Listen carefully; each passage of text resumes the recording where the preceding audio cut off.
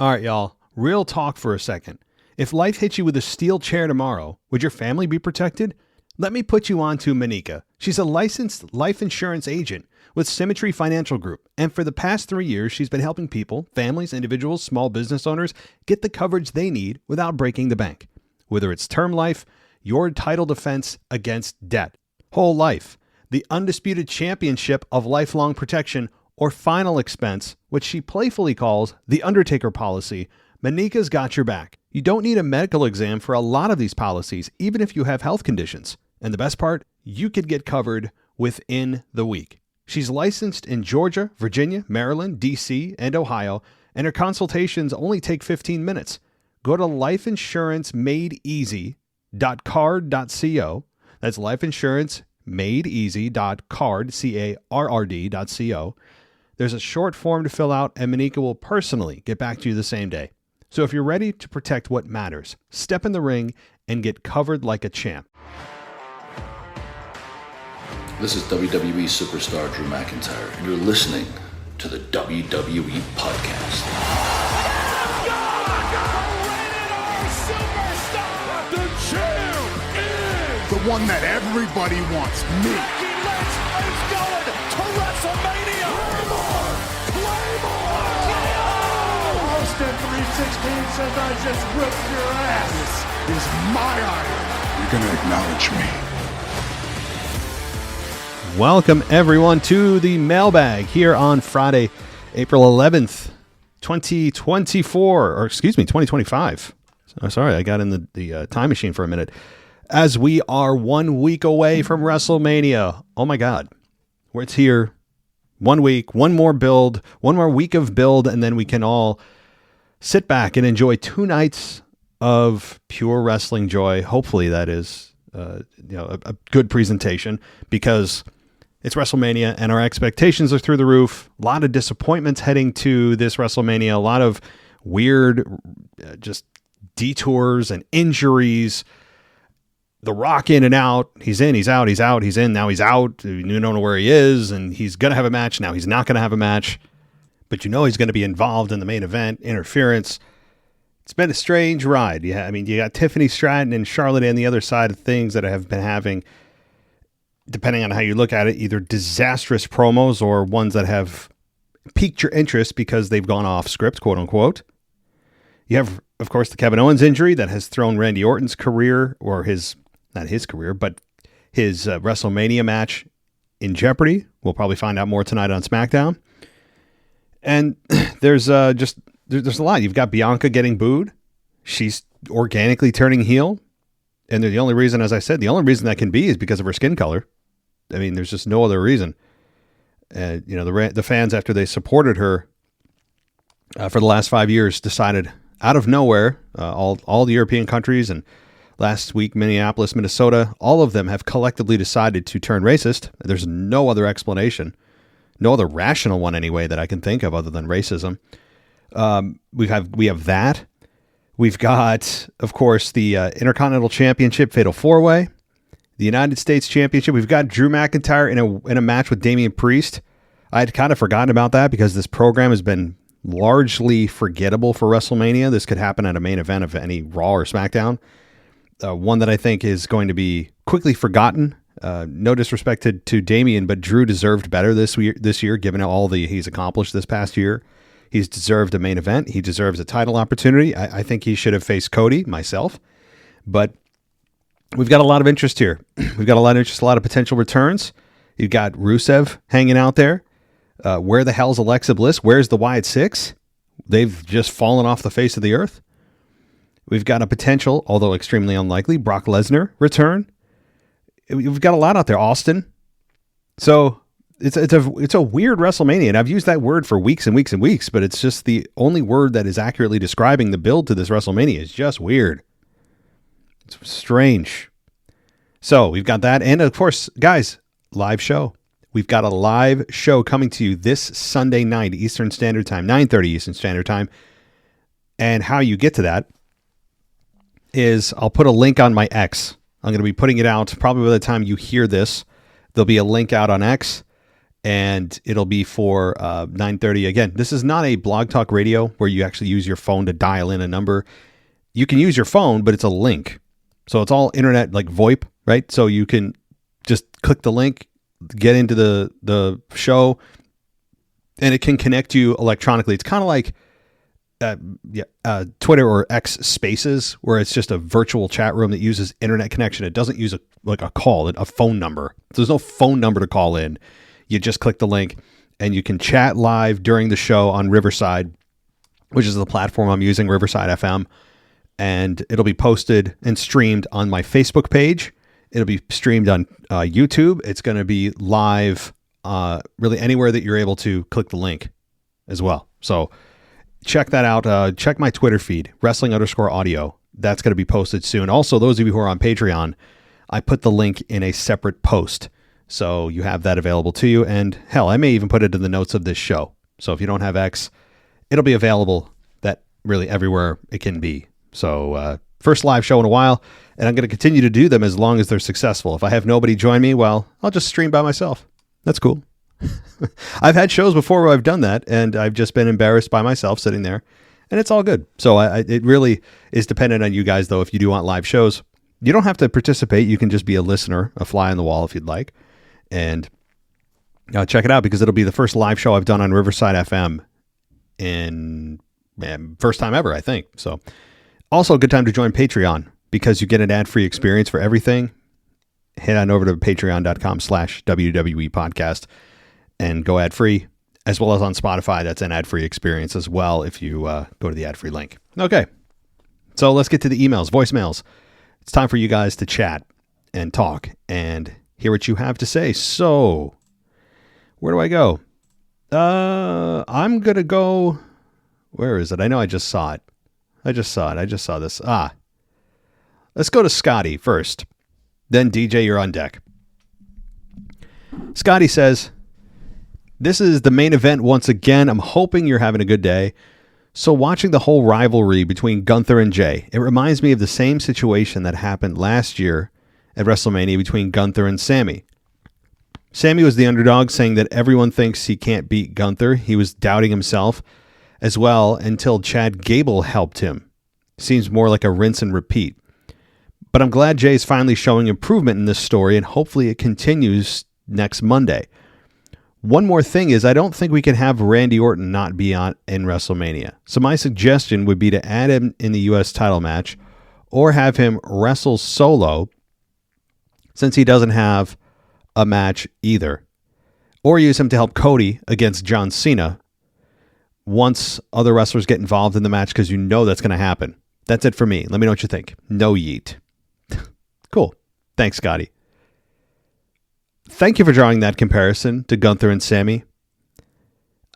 I like that, because it's, as I'm watching Jay and Gunther, and we all have for months now, I have been kind of thinking to myself, we've seen this movie before. We've seen this before, of the underdog heel, the underdog babyface trying to overcome the dominant heel, with Gunther anyway, specifically. I didn't even think of Sammy and Gunther. Not that match was bad, or that it was the wrong outcome per se, but it feels like a million years ago. And now we have the same exact story with Jay and with Gunther, except Sammy is no longer there. Jay's in his place, and it's for a top championship. It's for the top championship on Raw. So same kind of dynamic. The only difference with this one, though, is obviously the title is different, but the intensity, I think, is different too. They've ramped this up where it didn't get bloody with Sammy. It didn't get that personal and that physical with Sammy. This one obviously has, and they've seen, I think, an improvement in overall reaction to this story by the majority of fans. And having his brother get bloodied, and the promo that he cut last week was by far the best promo Jay's ever cut ever in his life. And I alluded to the reason why. Not only was the content of his promo good, not only was the cadence of his promo good, but also his voice. It wasn't his yeet voice. It wasn't his promo voice. It was his human voice. He didn't have that kind of street slang type of voice, and that's just what it is. Some of you may take offense to that. It's just what it is. Most people don't talk like that. There's like you can't talk like that unless it's intentional. There's a reason you speak like that. You don't speak like that, naturally. So to hear his natural voice made everybody pay attention.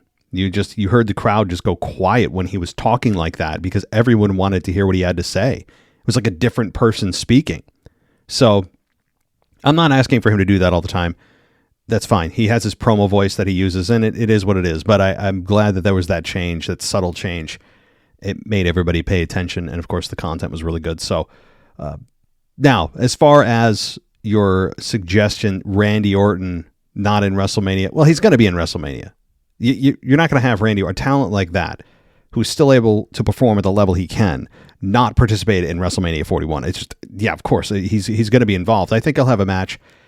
If he doesn't, then you're going to have him, I'm sure, have a say in the WrestleMania main event with Cody and John, perhaps, where he RKOs John Cena, and then you could be off to the races with Randy versus John Cena, which better happen. So yeah, there's that as well. So thank you, Scotty. Mr. DJ. And he says, the debut has finally happened of none other than Rey Fenix from last week's SmackDown. It was like a homecoming of sorts for Rey in Chicago, even though he originally is from Mexico, because he had in the past some memorable moments from his 18-plus year wrestling career in Chicago, most notably the absolute incredible steel cage match that he and Penta had against the Young Bucks for the AEW World Tag Team titles at AEW All Out from 2021. By the way, I like the new ring announcer for SmackDown. I think his name is Mark. He did a great job introducing Rey Fenix. He got me really hyped for his match. Since there's a couple of other luchador wrestlers in WWE, I like the fact that Rey Fenix can also do a technical wrestling or submission move besides the highly regarded flying style. It gives him an identity to help differentiate himself from his brother and other masked luchadors in the WWE. Even that El Grande Americano guy from Raw. Yeah, that guy is crazy, right? He's had a heck of a run thus far for a rookie. Whether it was a shoot or a work promo of a battle between Flair and Tiffany on last week's episode of SmackDown, in my opinion, it gives a bit more fuel for their build to WrestleMania 41. But to me, the inevitable will happen, and Charlotte will win her 15th championship. Plus, if you miss it, 2 weeks ago on SmackDown in London, Creative quickly teased a potential Jade and Charlotte future match. With that brief interaction they had at the entrance, it's odd to me that they would tease that future match with just a few days till WrestleMania 41. Well, they could be foreshadowing. I mean, they're foreshadowing. You just alluded to that. It could very well be that Charlotte and Jade both win their matches. They're the favorites with good reason. And then that's Jade's, or that's Charlotte's next opponent. Or it could be a foreshadowing to next year's WrestleMania. I'm not sure. I have a suspicion that they're not going to be able to hold back and have the discipline to wait that long for Charlotte and Jade, especially if Jade shows that she can wrestle, satisfactorily in a massive environment on a big stage for her first one-on-one match. That's, to me, this is a massive test for Jade Cargill. And I don't want to see a 4-minute match with Jade and Naomi. That won't give enough of a sample size to me. In fact, I think it would leave a sour taste in the fan's mouth if Jade has a 4-minute match with Naomi, because we all know that Jade is not exactly the female Bret Hart. We know that. She doesn't need to be, but she needs to show that she can have a decent, lengthy match, meaning 10 minutes, 12 minutes. Have a 12-minute match with Naomi. I'd go with that. But I think if she has a good showing, that could put her in position quickly, maybe at SummerSlam, for a title match against Charlotte, because they won't have it happen right away. Jade and Charlotte, I mean, this isn't the first time they've gone face-to-face on camera. If you remember when Jade first showed up in WWE, she came face-to-face with Charlotte backstage. So this is just the second teaser of a match that we all know is going to happen. It's just a matter of how and when. And how does Charlotte clean up her program with Tiffany? If Tiffany loses the belt, there's probably going to be a couple matches after that. And then, you got to lead to SummerSlam. At that point, hey, I think Charlotte and Jade at SummerSlam may not be the worst idea. If you're trying to get Jade over, people are going to side with Jade over Charlotte, despite the fact they have a lukewarm reception to Jade because we don't know who she is. We're just cheering her because she looks good and she hasn't done anything to disparage the crowd. And there hasn't really been anything for us to cheer for her, but nothing to really boo her for either. So this could be something for the fans to grab onto and be like, look, no matter what Charlotte does or says, we dislike everything you do. We'll default cheer for whoever your opponent is, and that could help Jade. All right. And as far as that shoot promo, a lot of people have said it's been a disaster with her and Tiffany. If you listen to Stevie Richards, by the way, free promo there for the Stevie Richards show on YouTube. Great. I mean, he seems like a genuinely good guy. That promo he really hated. He thought from top to bottom it was an absolute disaster. And to some degree, I agree with him. The points he made were valid. One of them in particular saying that Charlotte seems so disinterested and above this match. And that's been her demeanor, kind of just this disinterest, or at least this faux disinterest as kind of a defense mechanism against Tiffany. And while that's really it's what it is, a defense mechanism to just try to deflect everything that Tiffany says and disregard everything and devalue everything, you're also creating or sending the message to fans that, hey, I'm not really interested in this match and you shouldn't be either. And then you have Tiffany who's pacing back and forth. Her voice is a bit annoying. I mean, her voice just is. She does have this screechy voice. And, she ends up leaving the ring as a babyface, and the whole Kaiser thing happened. It's weird. Another way to use the word weird. It's been weird. I can see both sides where this is viewed as a disaster, but also one that, again, it has people talking. And if you have people talking about it, then I would say, leans towards success. I'd rather have people talking about it if I were them or WWE than forgetting it's even on the card. All right. A quick flashback. I recently watched Triple Threat. I guess you could say a 2-on-1 handicap main event match of Taker, Kane, and Austin from WWF In Your House Breakdown in September 98. Oh, I remember that. Yes. You don't need say no more, right? This was several weeks after Austin and Taker's title match from SummerSlam Highway to Hell, and around the time when Taker and Kane had aligned with Mr. McMahon as part of his master plan to get the title off of Austin. If you haven't seen the match, I wouldn't give you any spoilers, but the ending of the match was very bizarre to me. It makes me wonder if creative would create a bizarre head-scratching finish to one of the two main events for WrestleMania 41, because unpredictability is such a refreshing thing to see in pro wrestling. Have a great weekend. I know exactly what match you're talking about, and you know what? I have the privilege of spoiling this. The reason I'm going to spoil it is because it's an 18-year-old match. 17-year-old match. No, I'm sorry, 27-year-old match. I'm okay with spoiling it.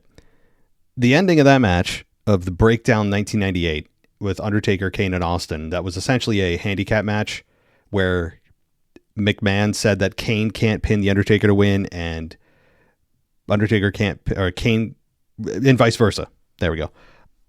The ending was that Kane and Taker both pinned Austin at the same time after a double choke slam. And the referee counted 3, but then they didn't know who to award the championship to, so it was a vacant championship.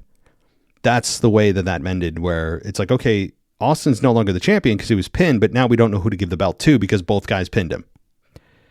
And they could do that, I guess, but that finish is not made for a big-time pay-per-view like that.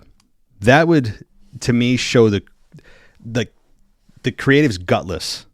That there's a gutless side to creative, because WrestleMania is not a time for those finishes. WrestleMania is a time for definitive angles to either start or end.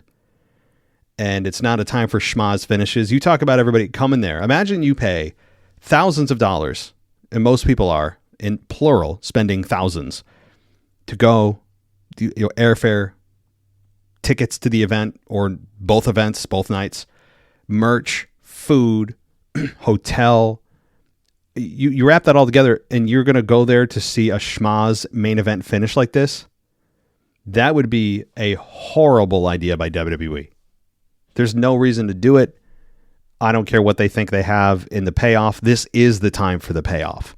This is the time for big angles, not these schmaz finishes. If you want to do a B-level PLE and do that finish, fine. Monday Night Raw main event, fine. You don't do it at WrestleMania. You can't do it at WrestleMania. I would even argue SummerSlam or Rumble. The big four are kind of immune, especially WrestleMania, from that kind of a finish. All right, let's go to Jeff, the patron. He says, it's that time of the week. I can't believe WrestleMania is next week. So a couple weeks ago, I started watching all past WrestleManias. I got done watching 30 when Taker lost the streak. What a pay-per-view. It really makes me think how every wrestler I grew up with since 1997 is gone. I really miss the old days, or old arenas, areas. Not sure what you mean. I realized that the triple threat match at WrestleMania 31 when Seth Rollins cashed in on Lesnar and Reigns.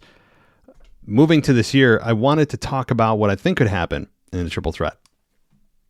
The rumor going around, and to be honest, I would love to see, is if Paul Heyman turned heel again and joined Seth.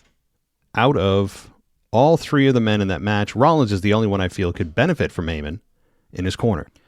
I honestly would love to see it. Also, could we see a Randy versus Nick Aldis match at WrestleMania? That would be great. This is turning into a great WrestleMania. Can't wait till you start live shows. We're going to do a Discord Mania party the weekend of WrestleMania. You should finally join us. That would be great. See you on the next weekend with my predictions. Yeah, I should probably join my own Discord chat. That'd be nice, huh? I haven't been in there in a while. I pop in and out, although some people don't see me and some people don't. I don't really participate during the PLEs that much, mainly because I'm behind during PLEs. It's hard for me to watch them live with my schedule at home.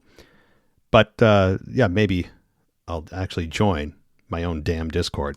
Good idea. Now, Nick Aldis and Randy Orton, there's just no way. They can't make that a WrestleMania match, can they?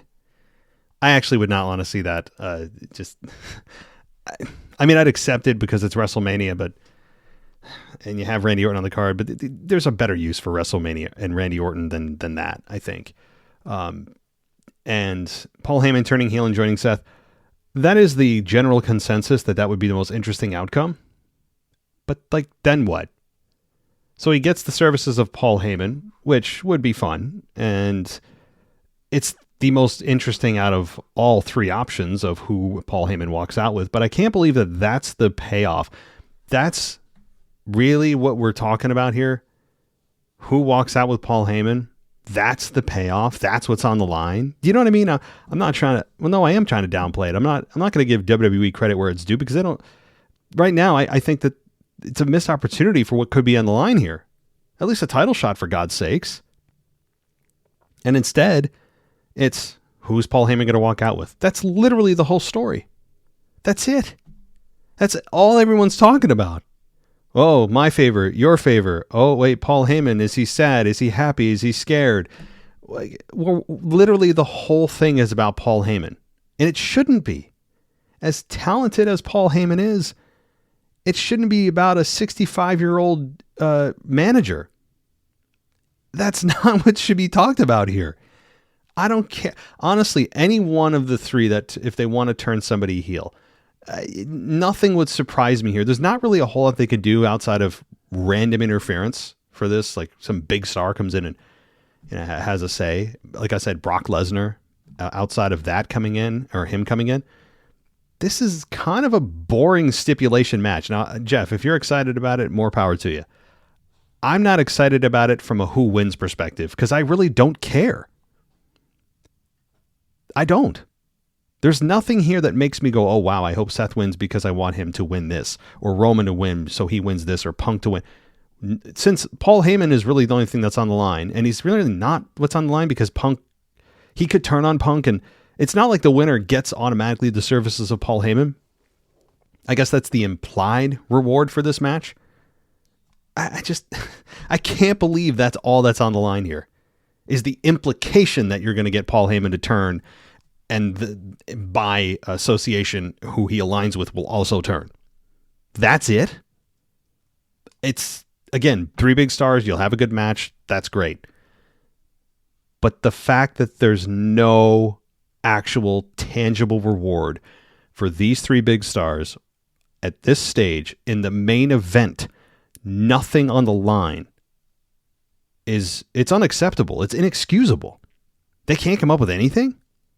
Nothing? So that's why I'm down on the match from that perspective of I really don't care who wins. Does anyone actually care who wins? Or is it all we're talking about who's going to turn? Is he going to align with Seth? That's it. That's all everyone's talking about. And that's not what we should be talking about. We should care about who wins and loses. And in this case, we don't really care. Nobody seems to care because everything's about Paul Heyman. There. So I'm not trying to crap on your parade there, Jeff. I'm really not. That's just honestly how I feel about it. All right. Let's go to Kay from Toronto. Kay says, hope all is well with you. The new reality is WWE that it's no longer a wrestling company. It's a sports commercial marketing outlet. Has been for a while. The extended intros and other nonsense make it obvious. Well, that's kind of always, that's what they've been really since the beginning. That's what they are. That's really, you could argue on a larger scale, what all for-profit organizations are. Everything you see from them all the time is to help them make money. They are marketing to you all the time in some form or another, whether either directly or indirectly. That's their goal. And I don't shame them for it. Now, sometimes it's more heavy-handed than other times, but that's ultimately what their goal is. Otherwise, I mean, they can't survive without money, meaning our money and sponsors' money. And of course, now they're a public company, traded organization, so shareholders' money, all that. But that's what every for-profit organization is. All right, so the shows. Punk and Roman combined took over an hour to have an ending, the ridiculous ending on Friday. Monday was Seth and Heyman was ? Tiffy, after her humiliation a few weeks ago, has risen to the occasion. KO was very sad and no work, as you stated. Nick Aldis will be Randy Orton's Mania opponent, I think. But what about Rusev? Yeah, he's on all three of these guys, or all two of those guys are on the board here. Jacob Fatu is awesome and will be champ, but when does the solo feud start? I think WrestleMania, my friend. Have no interest in the women's three-way. Naomi has found her niche, and Jade in the ring is getting better. I'd agree. Cody with absent John is a non-topic. By the way, I made a huge error in my reference to Braun Breaker a few weeks back. No one, and I mean no one, will be the new Stone Cold ever. I meant BB's, Braun Breaker, no nonsense approach in the ring. Steve Austin will never be passed. He's just that damn good. My apologies. I was way off. All the best. Cheers from Toronto. No problem. I mean, I'm not personally offended by the Stone Cold comparison. He does have a no-nonsense approach. I mean, I see the similarities, yes. And there was a big thing I was going to mention here. Oh, Cody Rhodes being absent. Well, everybody but Cody being absent. I mean, Cody Rhodes essentially has carried this entire program on his back. We had John Cena for a couple of weeks, cut a couple of good heel promos, or weird heel promos, or however you want to dissect it. It was heel promos, and John Cena and Cody Rhodes toe-to-toe is fun. And we got a crossroads on Cena for the final push to WrestleMania, essentially, because now Cody's going to have to pick up the rest of this program, and has really picked up about 75% of it to get people to be interested in it. And they still have gotten most people interested because of the what does John Cena do? We still don't know why John Cena aligned with The Rock. How do we not even know that going into WrestleMania? We have Elimination Chamber, which was a month ago. And then we have WrestleMania, which was 6 weeks after that. And within those 6 weeks, we still don't even have an answer as to why he aligned with The Rock. The Rock was mentioned once. One of the biggest stars in pro wrestling, biggest guy in Hollywood, biggest stars in the world. We don't have a reason why he joined The Rock. What is The Rock's involvement? Why? We don't have any of that. These large gaps in appearances, while they will try to sell you that it's special when they're there because they're not there very much, so when they are, it's special. I'm over that. That to me, that's not that dynamic doesn't exist, but when you constantly rely on it as a way to sell the fans that it's a good thing they're not here, it becomes overused and it becomes a kind of a tired strategy. And it really it's for weeks takes you kind of out of the story, or at least doesn't give you the most out of that story because the people that are in the story aren't there, or 2/3 of them aren't there. Kind of difficult. I'm not asking for them to be there every week, but they don't even have the big questions answered. I mean, maybe we'll get that answer at WrestleMania. Maybe we'll get it right along with why did Brock Lesnar target Cody Rhodes 2 years ago? We don't know. Remember that? I didn't forget it. We still don't have an answer as to why Brock Lesnar attacked Cody Rhodes. Still, I'm not letting it go. I hold grudges. It's a good trait, right? So, thank you, Jeff. Appreciate it. And I'm sorry, Kay. Jeff too, but thank you, Kay. All right, let's see here. That might be it for the emails. I've got a couple voicemails, so let's get to those. Alex, the French guy here, your current European champion. I got to react to your Raw review, Matt, saying that you're not hyped up and you don't understand some of the things about the triple threat match between Roman Reigns, Seth Rollins, and CM Punk. I think one of the main reasons they are highlighting this Paul Heyman situation is that they don't have something else to hang on between Roman Reigns and CM Punk. But I'm super hyped up about the Seth Rollins promo previously on Raw. I gotta say, that was a 10 out of 10 heel promo from Seth Rollins. And that's what the character needs. For several months, even years, now Seth Rollins has been a face. First, he's not super good as a face. The goofy outfits doesn't get up. I'm not hyped up about it. Second of all, the catchphrases from Seth Rollins. He's saying all the things of, I'm a revolutionary, visionary. You're not. Seth Rollins is one of the most corporate guys I've ever seen in a month on my TV and on the backstage. But something else is that I want to react to this promo with Paul Heyman. Once again, I have to say that was a 10 out of 10. Because, Matt, you don't understand. You saying that you don't get how you get a favor like this. It's not that way. Whenever a gangster or someone else, very bad guy, wants a favor, wants something from you, he will threaten you, or he will threaten you like saying that I will hurt you badly. And I'm doing you a favor by not doing so, by not hurting you. And that's exactly what Seth Rollins did with Paul Heyman. And that's what I want to see from him. A heel persona, someone that takes himself seriously and don't hype up with his theme song, sing my song. That's ridiculous. But what Seth Rollins delivered last Monday was 10 out of 10 heel promo. I gotta say, I hope to see more of this Seth Rollins character with or without Paul Heyman. Thanks, Alex, for your participation this week. Okay, the promo from Seth, I would agree, was very good. Very good. I have no disagreement with you there. Seth Rollins turning heel, I think is long overdue as well. I have no issue with it. We don't need Paul Heyman to get there, though. That's point number one. Like, we don't need Paul Heyman to align with Seth. Seth can be very unlikable without Paul Heyman. Plus, Seth is good on the mic, very good on the mic. We don't need Paul Heyman there because he doesn't need a mouthpiece. He's very good on his own. It's just, to me, it's only just interesting in the dynamic that we haven't seen it. And I guess that's the only really attractive piece of this is Seth and Paul Heyman together it's something new. And that's really the only thing is, oh, it's new. Well, just because it's new doesn't make it better. It just makes it new. Now, I know your analogy about the gangsters and, if you don't do what I want to do, I'm going to kill you and your family. Yeah, okay. That's not a favor. That's called blackmail. All right? Like, that's not what a favor is. That's a threat. That's blackmail. So there's a bit of a difference there, but if that's the goal, if that's what WWE's goal is to turn Seth heel, then this kind of blackmail veiled as a favor, deodorized as a favor, then that makes sense. But your analogy is blackmail. And yeah, again, if you're turning Seth heel, that's a hell of a clue that that's what they're going to do.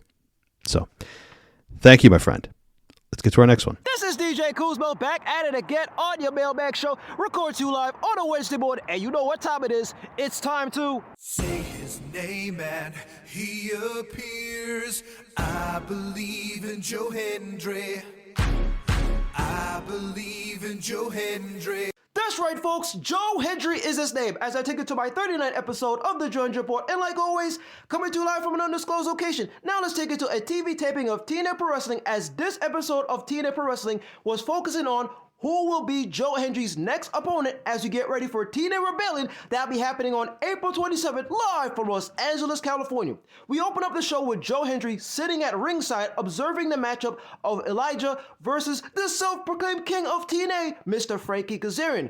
During the course of this match, we see Elijah and Frankie Kazarian brawl inside the ring and then outside of the ring. When they get outside of the ring, this is where things get very interesting as Frankie Kazarian gets into Joe Hendry's face. Joe Hendry does not like that, and Joe Hendry gets up. They have a little pushing and shoving, and then Elijah gets into the mix. But then accidentally, Elijah gets collided into Joe Hendry. What's going on? Elijah was trying to compose himself. He gets rolled back into the ring, and then Frankie Kazarian goes for the roll-up pinfall, and 1, 2, 3, Frankie Kazarian gets the win over Elijah. Post-match, we see none other than Joe Hendry as he comes in, and him and Frankie Kazarian begin to brawl. And then, of course, all the security guards coming in to try to break up these two guys from fighting each other. Elijah is trying to play the peacemaker as he was trying to separate Joe Hendry from Frankie Kazarian. And then all of a sudden, it seems like Joe Hendry's shoulder, his right shoulder, got injured as Elijah was trying to pull him off of Frankie Kazarian. Now we fast forward to a very interesting backstage segment with Joe Hendry and Dr. Asa.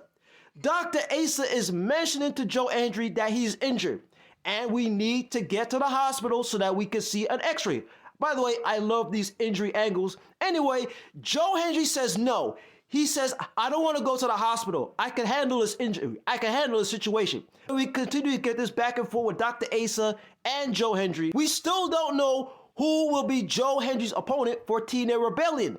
Later on in the show, we get the self-proclaimed king himself, Mr. Frankie Kazarian, as he is gloating to the fact that none other than Joe Hendry got injured.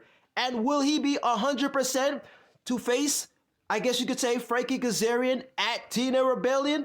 And then all of a sudden, as Frankie Kazarian is continuing to talk, continue to insult the fans, continue to insult Joe Hendry at his expense, the lights go off, and then we get the return of none other than Ethan Page, All Ego Ethan Page. He is currently on NXT. He was previously in TNA, back then it was known as Impact Wrestling, but now he comes in. He tells Frankie Kazarian that he spoke to Santino Marella and that he mentioned that he would like to be the #1 contender to face Joe Hendry at TNA Rebellion. Well, it seems like it is happening that Ethan Page will now face Joe Hendry at TNA Rebellion. But Frankie Kazarian did not like that. It didn't sit well with him. It didn't gel with him, as he was absolutely pissed off because he says that Ethan Page is an outsider and he needs for him to get out of his ring. We get a little brawl, a little cheap shot by none other than Frankie Kazarian as Ethan Page kicks him with the heel kick to the forehead as Frankie Kazarian goes outside of the ring. So now, at this point, we now know that it's going to be Joe Hendry, whether he's going to be 100% from this shoulder, this right shoulder injury, as he's going to be going up against the NXT star in All Ego Ethan Page. But then after when the show was over, we get big breaking news from none other than Santino Marella, as he mentions that we're going to have a triple main event coming for TNA Rebellion.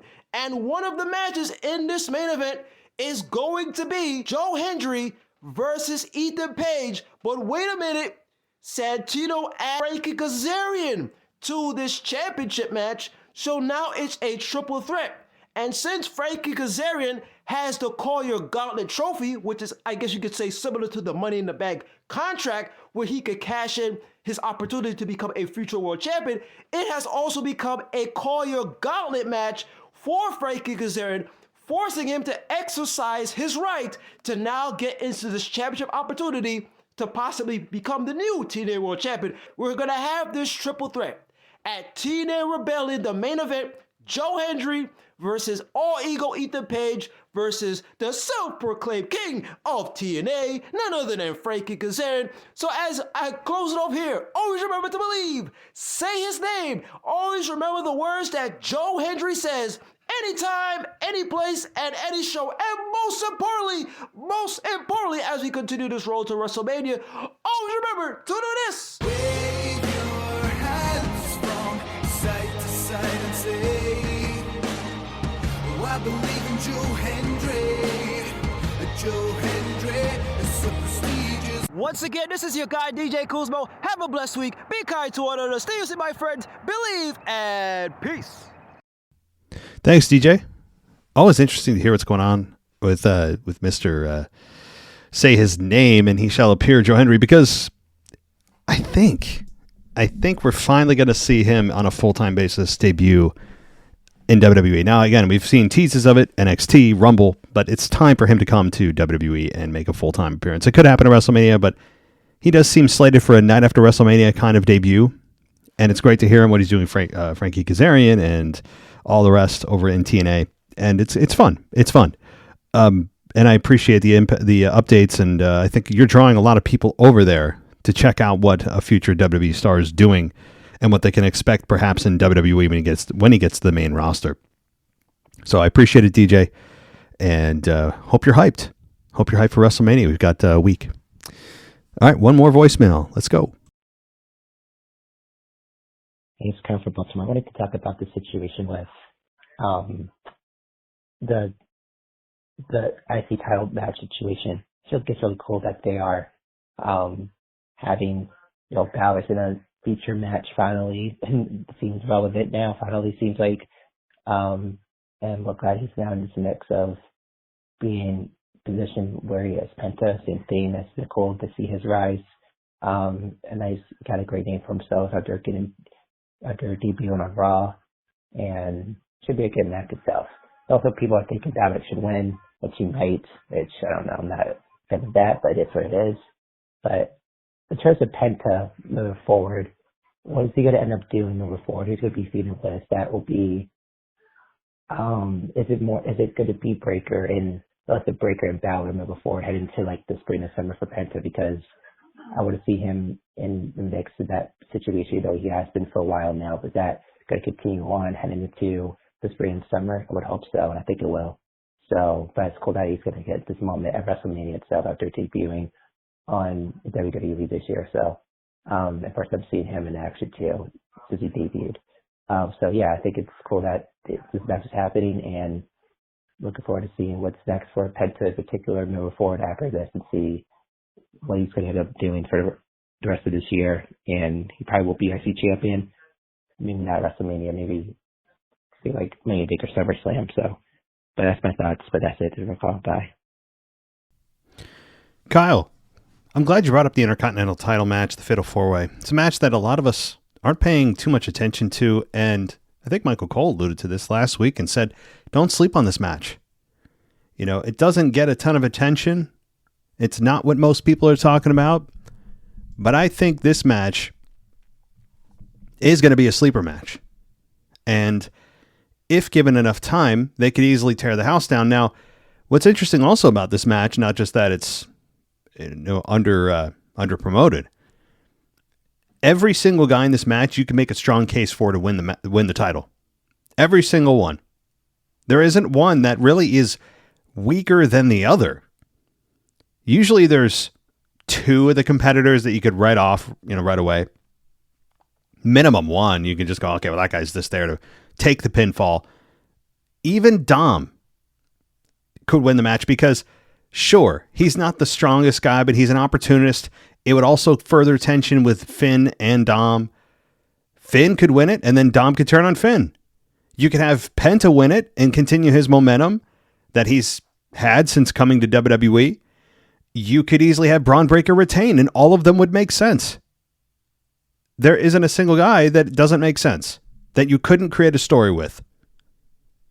So this one, here is a match that if I'm a betting guy and I bet at WrestleMania or any wrestling events, here's one I wouldn't touch with a 10-foot pole. I wouldn't go near it. I wouldn't sniff it. I don't even want to look at it if I've got money to put down on matches. Anybody that does, you're going to come away really rich or broke ass, and most likely broke, because you can't make a strong case for anybody more than the other. So, thanks so much, Kyle. And thank you to everybody. Thanks for all the callers, all the listeners, all the emailers. I would imagine as we move forward, we're going to have more. And don't forget about the live show, Sunday night, 9:30 Eastern Standard Time. That link is in the description notes of the show. It's also going to be put on my Twitter feed or X feed.